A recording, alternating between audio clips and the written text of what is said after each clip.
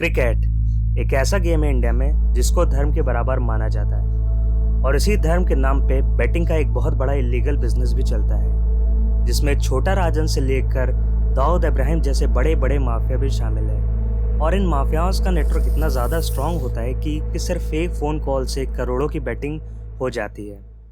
और इसी बढ़ती हुई बेटिंग के चलते मैच फिक्सिंग भी बहुत तेज़ी से बढ़ रही है। ऐसा ही एक इंसिडेंट कुछ टाइम पहले सामने आया था जब श्रीलंका में युवा प्रीमियर लीग लॉन्च की गई, जिसका काफ़ी ज़ोरों शोरों से प्रमोशन भी किया गया और उसमें ऐसा बताया गया कि इस लीग में श्रीलंका के जाने माने प्लेयर्स खेलने वाले हैं, जिसकी वजह से ये लीग काफ़ी पॉपुलैरिटी गेन कर ली। और क्योंकि ये लीग पैंडेमिक के दौरान खेली जा रही थी तो सारे प्लेयर्स मास्क लगा के खेल रहे थे, लेकिन कुछ मैचेस के बाद चीज़ें काफ़ी डाउटफुल लगने लगी जब लोगों ने ये नोटिस करना शुरू किया कि ये प्लेयर्स बीच में कभी भी मास्क उतारते नहीं हैं और ये हमेशा अपना चेहरा छुपाने की कोशिश करते हैं, जिसके चलते इंडियन एक्सप्रेस के एक रिपोर्टर ने इसमें इन्वेस्टिगेशन शुरू की। और इन्वेस्टिगेशन में ये शॉकिंग खुलासा सामने आया कि ये लीग श्रीलंका में नहीं बल्कि ये लीग खेली जा रही थी पंजाब के एक छोटे से गाँव में। और सबसे इंटरेस्टिंग बात पता है क्या है? इस लीग में जितने भी प्लेयर्स खेल रहे थे इसमें से एक भी श्रीलंका का प्लेयर नहीं था,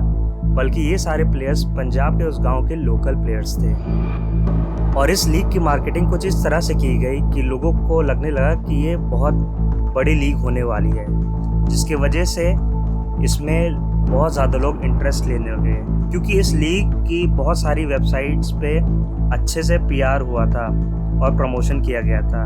वेबसाइट जैसे कि स्पोर्ट्स कीड़ा पर इसका लाइव स्कोर दिखाया जा रहा था, यूट्यूब पर लाइव मैचेस दिखाए जा रहे थे, जिसके चलते इस लीग में बहुत ज़्यादा लोग फोकस करने लगे और इसी वजह से बहुत ज़्यादा बेटिंग भी शुरू होने लगी। और इंटरेस्टिंग बात यह है कि इस लीग के सारे मैचेस फिक्स थे। अब आप सोचोगे कि जब गवर्नमेंट को पता है कि ये सारी चीज़ें होती है तो गवर्नमेंट ने इसको रोकने के लिए कुछ क्यों नहीं किया? ऐसा नहीं कि गवर्नमेंट ने कुछ नहीं किया, गवर्नमेंट ने गैम्बलिंग प्रोविजन एक्ट लाया। साल 1857 में गैम्बलिंग को रोकने के लिए गैम्बलिंग प्रोविजन एक्ट लाया गया था, लेकिन यहाँ पर गैम्बलिंग रुकने के बजाय दुगनी तेजी से बढ़ने लगी। इंडिया में कुछ स्टेट जैसे कि सिक्किम और गोवा जहाँ पे गैम्बलिंग कुछ गेम्स में अलाउड है, जैसे कि कसिनो गेम्स में, लेकिन वहाँ पर भी क्रिकेट और बाकी स्पोर्ट्स में बेटिंग अलाउड नहीं है।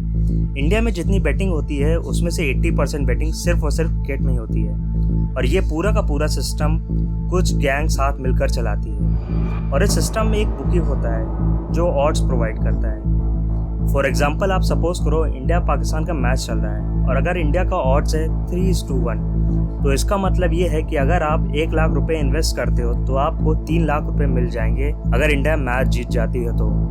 और इसी तरह अगर इंडिया का ऑड्स है 5:1, तो अगर आप 1 लाख रुपए इन्वेस्ट करते हो तो इसके बदले में आपको 5 लाख रुपए मिल जाएंगे अगर इंडिया जीत जाती है तो इस तरह से ये ऑड्स हमेशा हर सेकेंड हर मिनट ऊपर नीचे होते रहते हैं, जैसे स्टॉक मार्केट में होता है। यहाँ जो बुकीज़ होते हैं उनके पास बहुत सारे टेलीफोन्स होते हैं और ये फ़ोन्स के ही ज़रिए जो लोग बैटिंग करना चाहते हैं उन्हें टाइम टू टाइम ऑड्स बताते हैं और उनके ऑड्स को नोट डाउन करते हैं।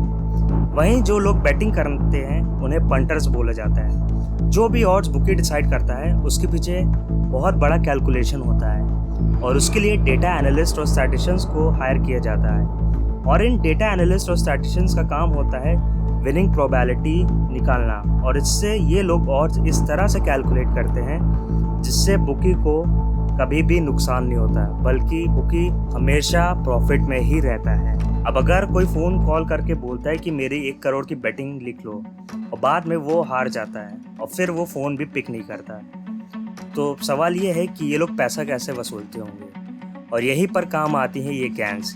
ये गैंग्स उन लोगों से पैसा वसूलते हैं जो बेटिंग में हार जाते हैं। क्रिकेट बेटिंग में दाऊद गैंग यानी कि डी कंपनी बहुत ही ज़्यादा एक्टिव रही है और इन्होंने अलग अलग सिटीज़ जैसे कि कोलकाता, मुंबई और दिल्ली में अपने बुकीज़ बैठाए हुए हैं और ये बुकीज़ फ़ोन कॉल के ज़रिए सारा बिजनेस चलाते हैं और अल्टीमेटली हवाला नेटवर्क के ज़रिए ये पैसा डी कंपनी के पास पहुंच जाता है। जैसे क्रिकेट की एक डार्क साइड, वैसे हर चीज़ की एक डार्क साइड होती है और इंस्टाग्राम की भी एक ऐसी अननोन डार्क साइड है जो शायद ही आपको पता होगा। तो अगर आपको ये वीडियो देखना है तो नीचे क्लिक करना डार्क साइड ऑफ इंस्टाग्राम।